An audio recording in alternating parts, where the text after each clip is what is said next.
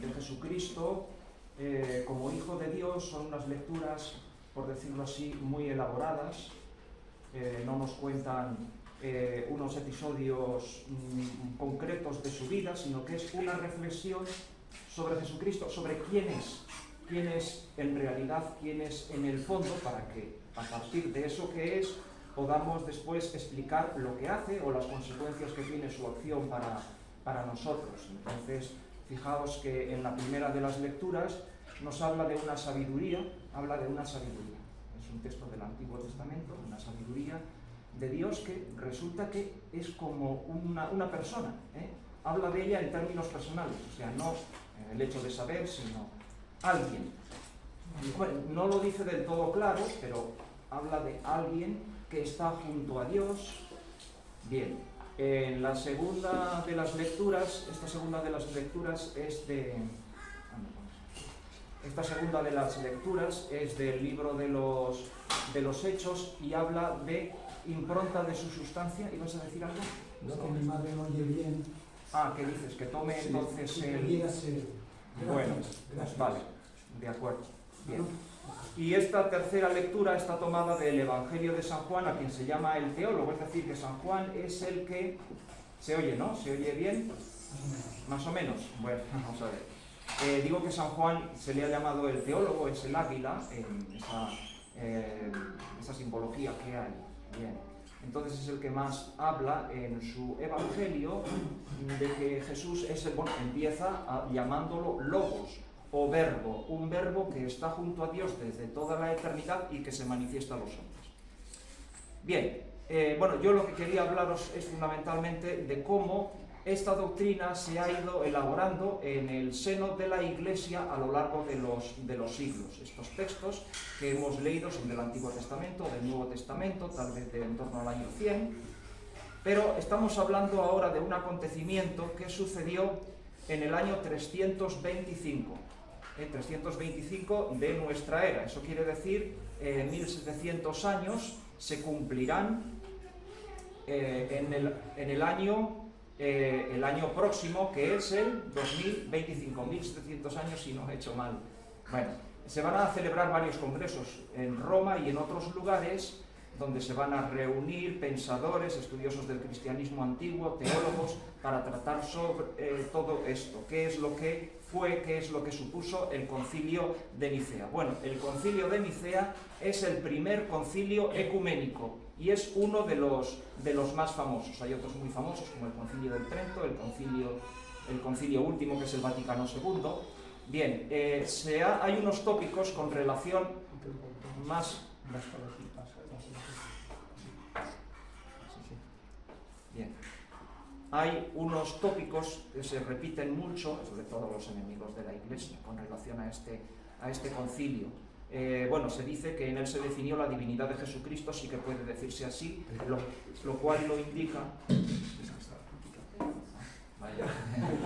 Así que era ese el problema. Bueno, ahora tengo que separarme más porque esto hay que saber manejarlo, ¿verdad? Bueno, la divinidad de Jesucristo, claro, es que muchos consideran que esta divinidad de Jesucristo es algo que la Iglesia en un determinado momento, por un interés político de la misma Iglesia y del emperador, se definió, es decir, se lo sacó de la manga, para decirlo pero no es así. Está ya en la Escritura, está en todos los pensadores, los obispos, los predicadores cristianos del siglo I, del siglo II, del siglo III. Hay que conocer la historia de la Iglesia, hay que conocer la patrología, ¿no?, para ver todo esto.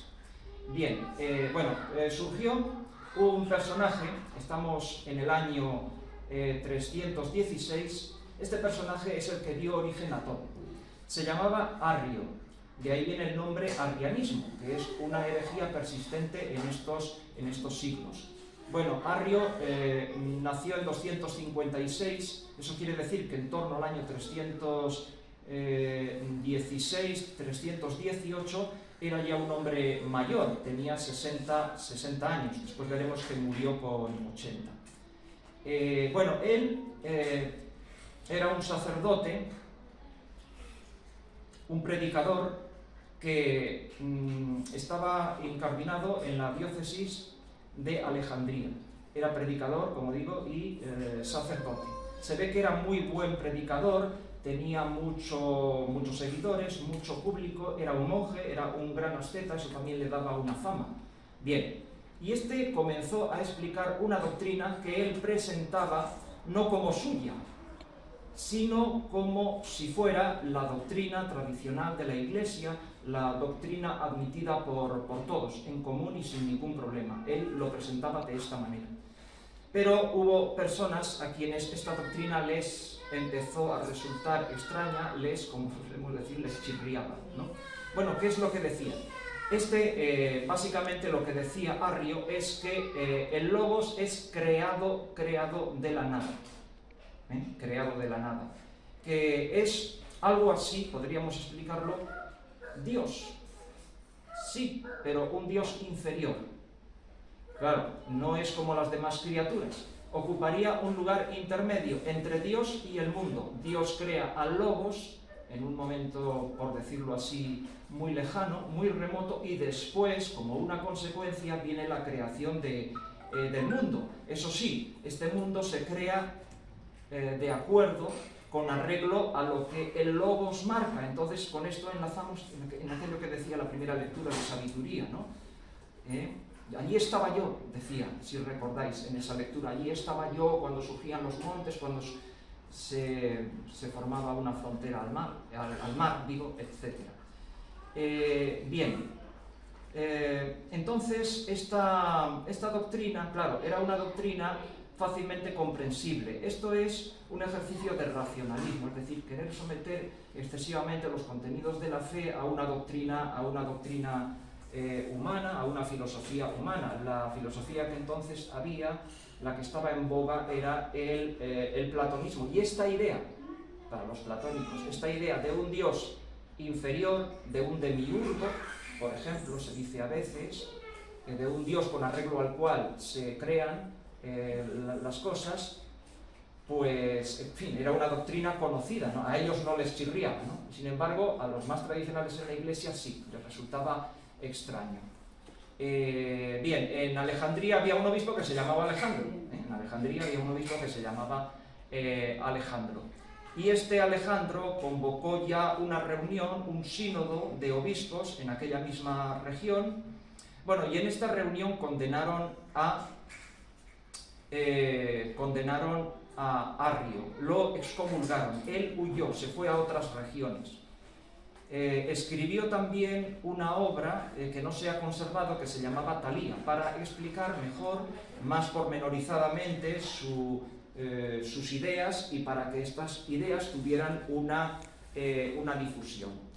Bien, el caso es que llegamos al año 324, el problema no se ha resuelto, y Constantino, claro, hay una situación política muy curiosa en este año 324, después de algo así como 2 décadas de terribles guerras civiles a lo largo de todo el Imperio Romano, por fin Constantino se hace con el poder, se puede decir, único y absoluto, es decir, que se siente muy fuerte. Estamos en el 324. Bien, y él, como ve que ese problema está en la Iglesia, que hay una desunión, porque unos piensan una cosa y otros piensan otra, entonces él considera que, ¿por qué no podría haber una reunión de obispos, de todos los obispos, a ser posible, del mundo, de los 4, por decirlo así, puntos cardinales? ¿Para qué? Para que se pongan de acuerdo, para que haya paz en la Iglesia y para que, en consecuencia, al haber paz en la Iglesia, dado que él se está empezando a apoyar ya en la Iglesia y a favorecerla, pues si hay paz en la Iglesia, habrá paz en la sociedad, en el Estado, en el imperio, y eso a él le interesa. Claro, los enemigos dicen que es un afán de poder. Bueno, es que no se opone lo uno al otro. El afán de paz, que haya paz en la Iglesia, no se opone al afán de poder propio, porque realmente puedes dominar cuando hay paz, y si hay paz, pues muchas veces ocurre que la paz viene porque hay uno que se impone, como solemos decir, con mano fuerte, ¿verdad? Bien, entonces, esto era algo nuevo, algo inaudito. Ahora nosotros lo llamamos concilio, y en concreto concilio ecuménico, pero era una cosa nueva, y no deja de ser una invención de Constantino y también de un personaje que tenía en su corte, que era un obispo hispano, que se llamaba Osio. que por cierto, al decir Osio, yo me acuerdo de nuestro amigo Osios Ferrer, que fue un sacerdote ortodoxo, que, bueno, pues muy querido por algunos de nosotros, un gran amigo mío, y murió hace unos 3 meses aproximadamente, no me acuerdo de él pidiendo oraciones también. Bueno, pues él tomó su nombre de este. Osios Ferrer tomó su nombre, un nombre como ortodoxo de Osio, obispo de Córdoba. Bueno, Constantino puso a disposición de los obispos todos los medios que él tenía para que se reunieran, en primer lugar, para que se reunieran.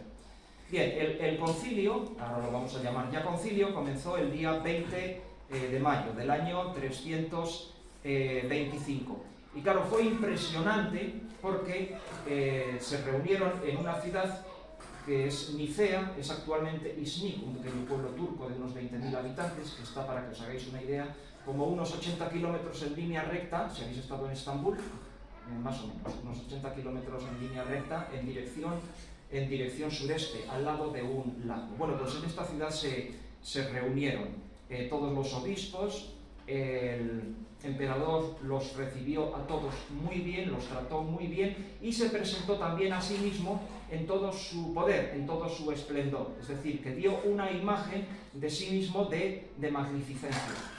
Estaban todos sentados y él se presentó haciendo una procesión solemne, vestido de púrpura, de oro, luego se sentó en un trono de oro y hubo un obispo que le dirigió un discurso de bienvenida, de agradecimiento.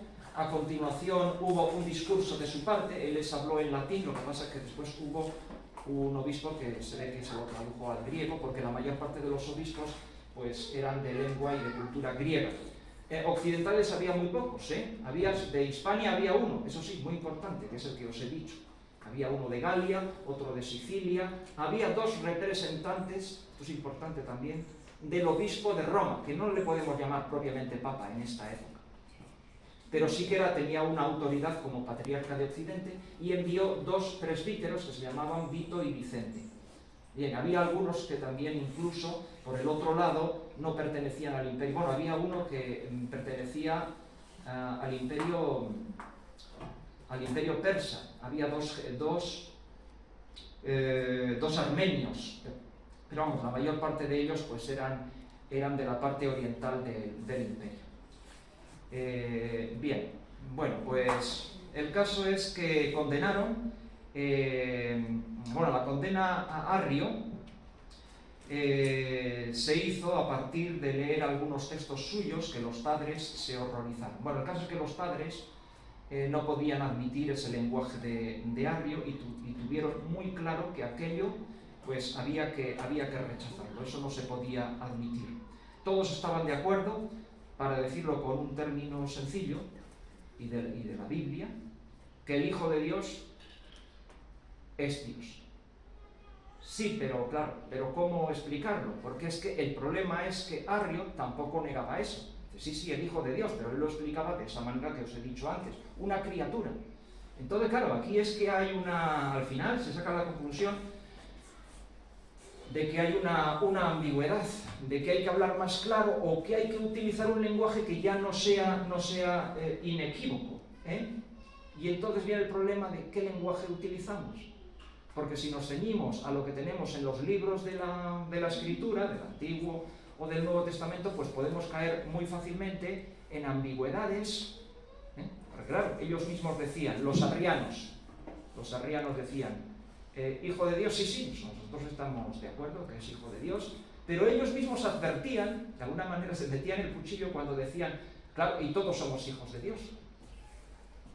Pues ahí viene la ambigüedad. Es que si es un término tan genérico que puede aplicarse a Jesucristo como logos, como sabiduría, y por otro lado también en otro sentido se puede aplicar a nosotros, claro, entonces al final dices, pues habrá que hacer una distinción.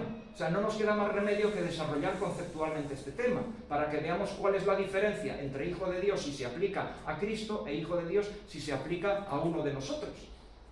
Y entonces aquí viene el problema, lo polémico, que se recurrió a un lenguaje de la filosofía, de la época. Ellos se dieron cuenta de que había que hacerlo, ¿no? Bueno, y las expresiones que tenemos, ya vamos a ceñirnos ahora al credo, tal como lo tenemos actualmente.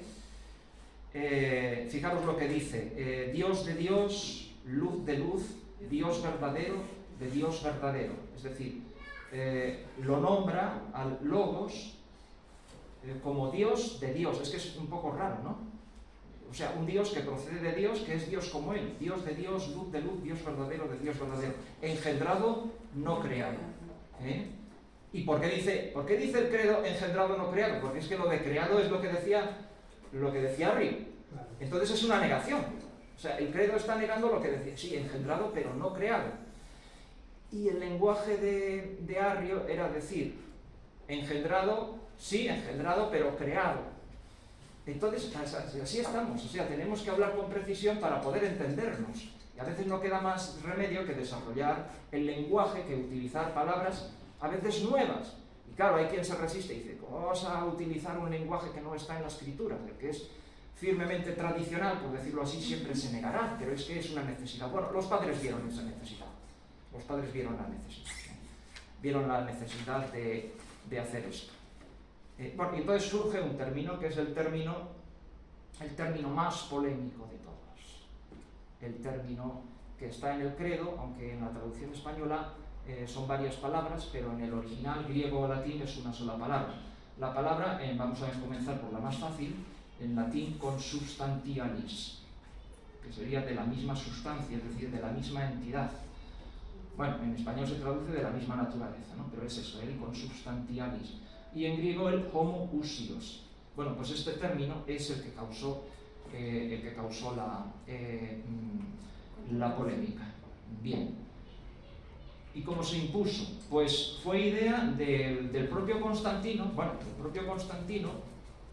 pero claramente, porque él no conocía la escritura, no sabía teología, fue idea de Constantino, pero sugerida, ¿por quién? Por Osio. Bueno, eso está claro, no se discute históricamente. Bien, el caso es que bueno, pues se dio alguna explicación de lo que esto significaba. Algunos dicen que el mismo emperador habló, no parece que hablara, Pero bueno, el caso es que al final, por H o por B, se llegó a una votación. Otra cosa que ridiculizan algunos, como los mormones, que dicen, ¿cómo puede comprenderse, verdad, que una cuestión tan importante sea decidida por una votación entre unos, en fin, que votan de una manera y otros votan de otra, y por una diferencia de votos se decide una cuestión tan importante, tan trascendental, que esto no hay... Entonces esto lo ridiculizan mucho, ¿no? Bueno, los padres en realidad tenían claro que el Hijo de Dios era Dios, pero es verdad que este término homoousios a ellos, bueno, no les sonaba muy bien. Claro, aquí hay una diferencia. Bien. Esto es complicado, ¿no? Entre los orientales, a los orientales no les sonaba muy bien. En cambio, los occidentales, o sea, los latinos, que estaban representados por algunos, sobre todo por Osio, por los representantes del obispo de Roma, ellos ya estaban acostumbrados al término. De hecho, lo habían usado en varias ocasiones, en concilios anteriores, para caracterizar la relación del Hijo con el Padre. El Hijo es consubstancial. La traducción griega, el equivalente griego sería homoousios, pero el homoousios también lo conocían los griegos, a ellos no les sonaba tan bien. Bueno, esto habría que explicarlo más detenidamente, pero pasa. El caso es que se llegó ciertamente a una votación. Otro tema polémico. ¿Fue libre esta votación? Bueno, pues la verdad, Constantino ya de entrada, hay que decirlo, amenazó con el exilio al que votara que no. Claro, si oís esto, pues diréis, ¿esto cómo se llama? Pues habrá que llamarlo coacción, ¿no? Bueno, no es que estuvieran con una espada en la pendiente de su cuello, pero bueno, sí, hubo una coacción indudablemente. Bien, en realidad de los obispos hubo solamente dos, que se llamaban Teonas de Marmárica y Segundo de Ptolemaida. Estos eran de la región del norte de Egipto, o de Libia, de esa zona entre Egipto y Libia. Estos votaron que no, pero es que estos ya estaban excomulgados porque en aquel sínodo previo que se había celebrado en su propia región, en Egipto, ya los habían condenado. Estos eran discípulos, seguidores, fervientes de Arrio. Y estos asumieron el castigo, sabían que iban a ser exiliados y efectivamente ocurrió que perdieron sus sedes, o sea, perdieron su condición de obispos y fueron a la zona del Ilírico, que es lo que, bueno, más o menos lo que hoy sería Yugoslavia, esa zona. Bien, entonces, bueno, este concilio, habría que decir, a ver si lo digo brevemente, trató otros temas. Este fue el tema principal. Hubo otros temas. La fecha de la Pascua, un tema que dices, qué bobada. Pues no, para aquellos hombres no era ninguna bobada, porque se apasionaban por una postura o por otra. No en todas las diócesis, en todas las ciudades, en todas las regiones se celebraba la Pascua, y era muy importante eso, Claro, porque celebrar la Pascua unánimemente, el mismo día en todo el mundo, eso parece que tiene un valor. Ahora mismo, entre los ortodoxos y los occidentales, pues hay diferencias, ¿no? Y es un problema. La verdad que a mí también me solivianta un poco por dentro. Digo, qué pena, ¿no? ¿Por qué no podríamos celebrarla en la misma fecha? Sería muy significativo, ¿no? Muy significativo. Bien, pues ese tema se trató y se crearon también, esto es importante, unos cánones. O sea, normas de funcionamiento de la Iglesia, pero que, como era un concilio ecuménico, empezaron a aplicarse a toda la Iglesia, cosa que era una novedad. Antes no se hacía. Antes había cánones, o sea, reglas de comportamiento, pero que se aplicaban solamente dentro de una misma región. Bueno, pues vamos a ir ya centrándonos y voy a empezar a concluir. Bueno, terminó el concilio. Bueno, terminó también con una fiesta, por cierto, que a los obispos les sorprendió bastante aquello. Ellos estaban, es que claro, hay que contar muchas cosas, acababan de pasar la persecución. Muchos de ellos eran confesores. ¿Qué es un confesor? No, un confesor no es el que confiesa, oye, una confesión, no. Confesor en aquella época se llamaba al que había sufrido la persecución, había sufrido torturas. Entonces, los que morían ya eran mártires definitivamente, mártires en sentido pleno, o sea, testigos. Y los que no habían llegado a la muerte, pero sí que habían sufrido mucho corporalmente y tenían secuelas físicas, pues estos eran auténticas autoridades dentro de la Iglesia. Esto nos resulta un poco raro, es de aquella época propio. O sea, había un obispo en Egipto que se llamaba Pafnucio. Pafnucio tenía fastidiada una pierna, le faltaba el ojo derecho, y era un hombre que tenía solamente por eso una gran autoridad, todo el mundo lo respetaba. Pafnucio y otros. Bueno, pues estos obispos, terminó el concilio aproximadamente un mes después, aunque hay dudas sobre la fecha, pero el caso es que Constantino les ofreció un banquete de lo más espléndido. Les rindieron honores militares a todos los obispos, cosa que se quedaron, como diríamos hoy en el lenguaje coloquial, alucinando, ¿no? De hecho, hay un historiador eclesiástico, no recuerdo ahora el nombre, que comenta que había algunos obispos que en aquel banquete que se les ofreció estaban tan encantados y tan como fuera de sí, que comentaban unos a otros, oye, pero no estaremos ya en el cielo, porque vamos, es que esto no se cree, ¿no? Hemos llegado tal vez ya al final, ¿no? De todo, para bien, ¿no? Bien. Bueno, ¿qué pasó después del concilio? Pues fue una cosa curiosa, porque aparentemente se había resuelto el problema, pero no se resolvió. Resulta que muchos de los obispos, había algunos que sí que estaban convencidos que era una buena decisión tomar ese nombre para expresar la fe, pero hubo muchos que cuando regresaron a sus diócesis parece que salieron un poco, como si dijéramos, de aquella nube en que se habían encontrado y volvieron en sí mismos, recapacitaron y se sintieron muy incómodos. Y algunos claramente confesaron. por no decir otra palabra más fuerte, que sería arrepentimiento de lo que habían firmado. Entonces hubo algunos,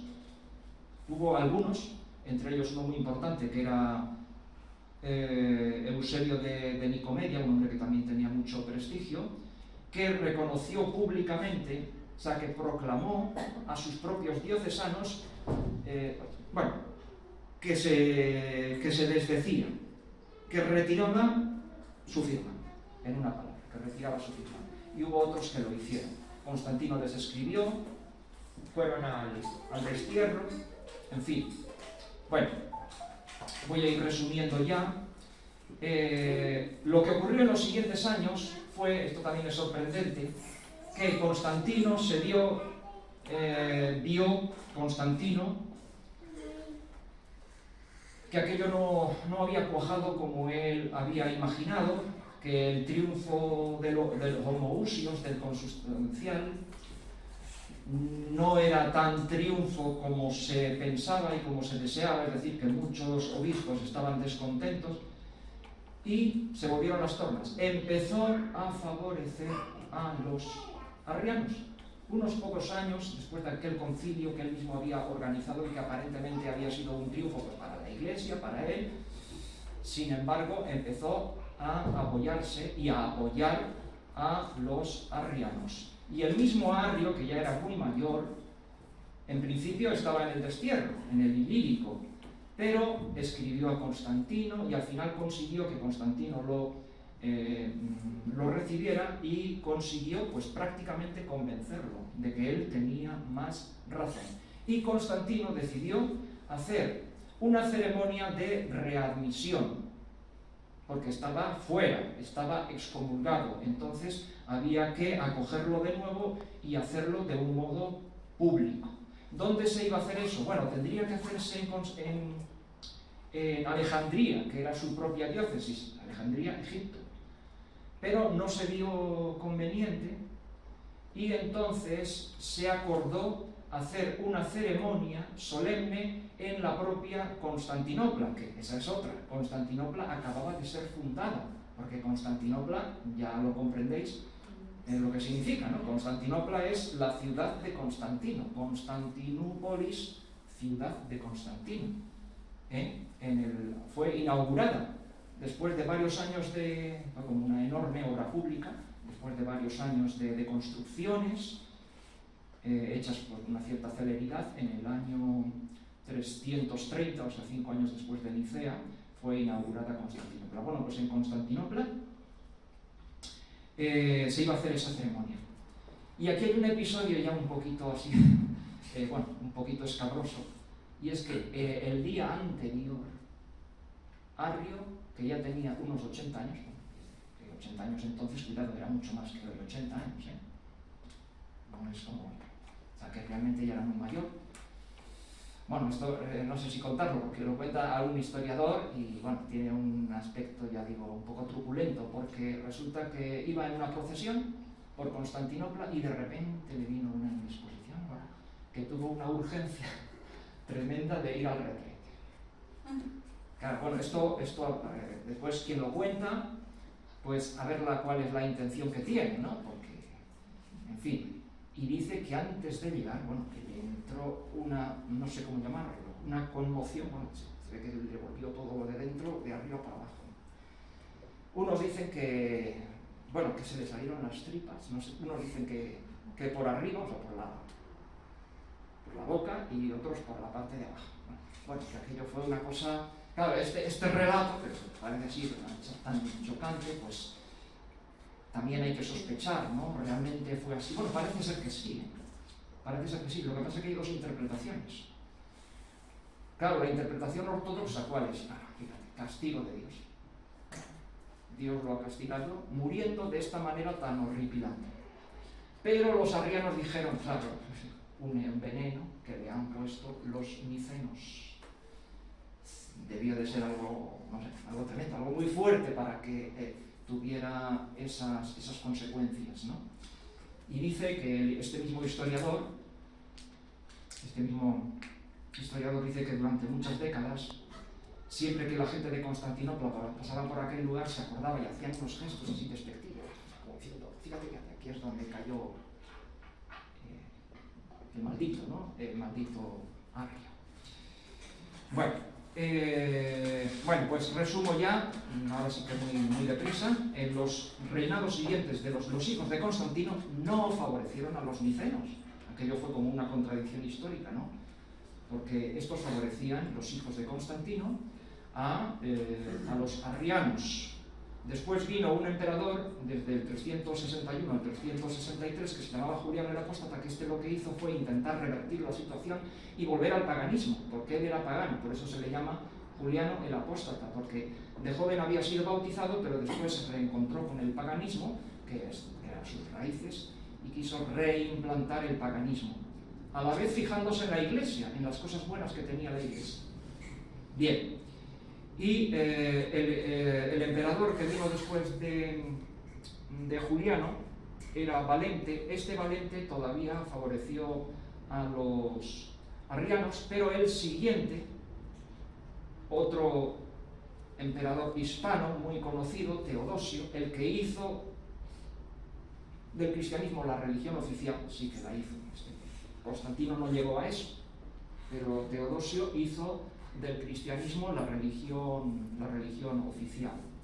Y ya el cristianismo que él puso e impuso fue el cristianismo niceno, o si queréis decirlo, católico, o si queréis decirlo ortodoxo, que por cierto, católico y ortodoxo en esta época es lo mismo, ¿eh? O sea, no tiene nada que ver con ahora, que a los católicos son los occidentales y ortodoxos. No. Católico y ortodoxo se oponen. Católico quiere decir universal, como sabéis, aparece en el credo la palabra, es una palabra bonita, ¿no? La cosa es que después se haya unido, muy vinculado a una parte de la Iglesia occidental.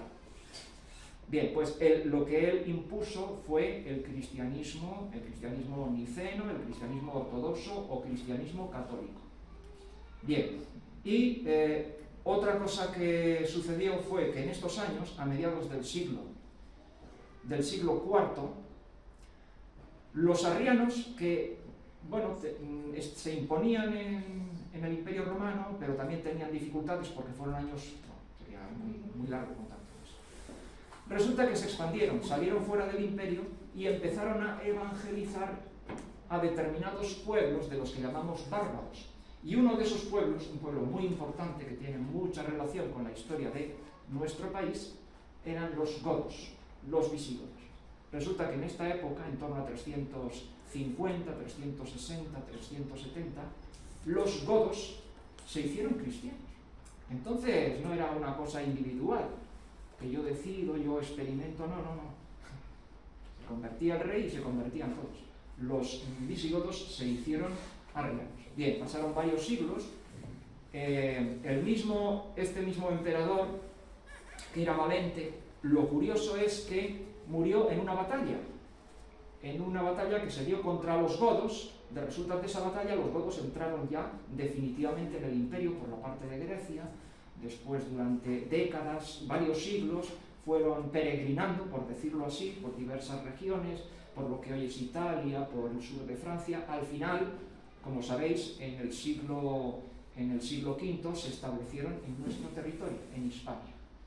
Y es no el único, pero el pueblo que conquistó el territorio, aquella provincia del Imperio Romano. Bien, y termina mi historia pues diciéndoos que el arrianismo no solamente fue de los godos, también los suevos, que tuvieron otro reino en el noroeste de Hispania, eran arrianos, también los vándalos que conquistaron el norte de África. O sea, para que veáis todas las consecuencias de esto, de este movimiento. Fue un movimiento religioso y también un movimiento político.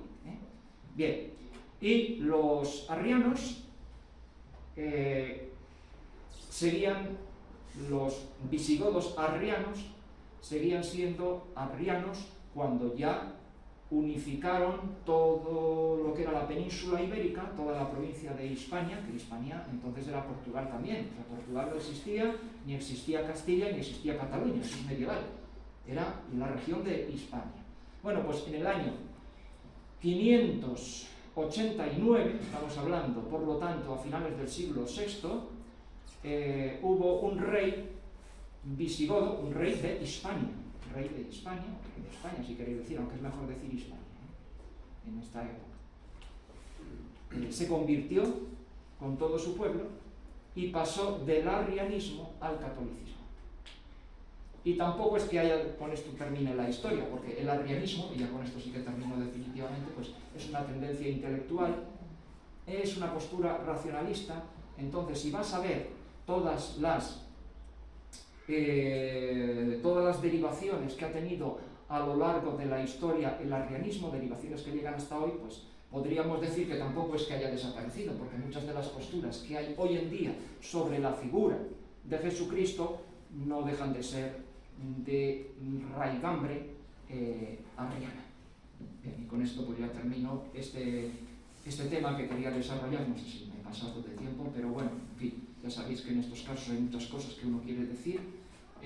Yo pensaba que el término es, el tema es importante, y creo que podemos entender un poco mejor cómo se ha ido formulando la fe cristiana a lo largo de los siglos. Y termino con esto: lo que en un determinado momento un concilio pone o impone, si queréis, no es algo nuevo realmente, es algo que ya estaba, pero que en un determinado momento se formula con unas palabras que después se van repitiendo, que forman parte de fórmulas, como puede ser el credo, pero no es lo que dicen algunos, de que es una imposición de Constantino, porque Constantino quería tener el poder del absoluto, pues impuso el homoousios a los del concilio para que de esa manera se pudiera fundamentar su propio poder, porque Jesucristo es Dios, yo soy su representante en la tierra y también soy como Dios.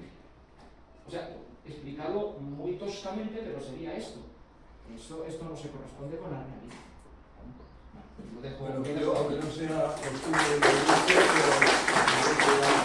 pero